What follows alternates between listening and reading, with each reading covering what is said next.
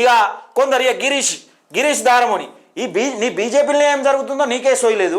బీజేపీకి సంబంధించిన నాయకులు నీ మీద దాడి చేస్తేనే సోయలేదు. నువ్వు ఇతర పార్టీ గురించి ఇతర నాయకుల గురించి నేను కట్టర్ హిందువుని అంటూ నీ హిందూవాదంతో మతంతో రిజర్వేషన్ రావు ఈ గిరీశం అడగోలు మాటలు కెమెరా ముంగడ ఎవరికైనా మాట్లాడుస్తుంది. కానీ నువ్వు అడగోలు మాట్లాడి జనాన్ని మభ్యపెట్టి జనాన్ని బీసీ వాదంతోనే ఉద్యోగాలు వస్తాయి, బీసీ రిజర్వేషన్లతోనే ఉద్యోగాలు వస్తాయి. అది కూడా గుర్తుపెట్టుకోవాలి.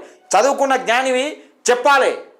మతంతో రిజర్వేషన్లు రావురా, రాజకీయ ఏది బీసీ ఉద్యమంతోనే వస్తాయి రా అని చెప్పాలి. ఆ సోయి లేదు, నీకు చెప్పే దమ్ము లేదు. ఏమనంటే హిందూవాదం బీజేపీ పార్టీ అని చెప్తా ఉంటావు. నీకు తక్కువ బీజేపీ పార్టీ నువ్వే చెప్తున్నావు కదా, బుద్ధి ఉండాలి కొంచెం అన్న మాట్లాడడానికి. ఈయన గిరీశం సందు దొరికినప్పుడల్లా తీన్మార్ మల్లన్న పైన విస్తృతమైన ప్రచారాలు చేస్తూ ఉంటాడు. ఆ మధ్యలో ఆ పామురాగాన్ని కూడా తీసుకొచ్చి ప్రచారం చేసిండు. అయినా మీరు ఏం ఎంట్రిక కూడా వీకలేకపోయింది. మల్లన్న గెలుపుని ఆపగలిగిరా? ఆపలేరు కదా. ఇక నెక్స్ట్ బక్కా జడ్సన్, ఈయనను పార్టీ నుంచి సస్పెండ్ చేస్తే వాడు అడిగినవాడు దిక్కులేడు. వాడు ఒక్క రోడ్డెక్కిన పాపాన పోలే.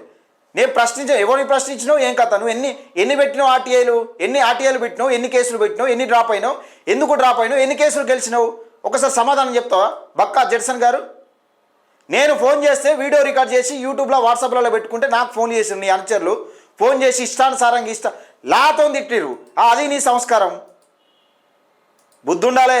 ప్రశ్నించే గొంతు అని చెప్పుకుంటానికి ప్రశ్నించే గొంతును అజ్జేది ప్రశ్నించడాన్ని ప్రశ్నించరు, ప్రభుత్వాన్ని ప్రశ్నిస్తారు. నీకు దమ్ము ధైర్యం ఉంటే రేవంత్ రెడ్డిని ప్రశ్నించు. బీసీలో జరుగుతున్న అన్యాయం గురించి, బీసీలో 42% రిజర్వేషన్ అని 23% ఉన్న రిజర్వేషన్ 17% ఎందుకు ఇచ్చినావు రేవంత్ రెడ్డి అని నిగ్గదీసి కొట్లాడు.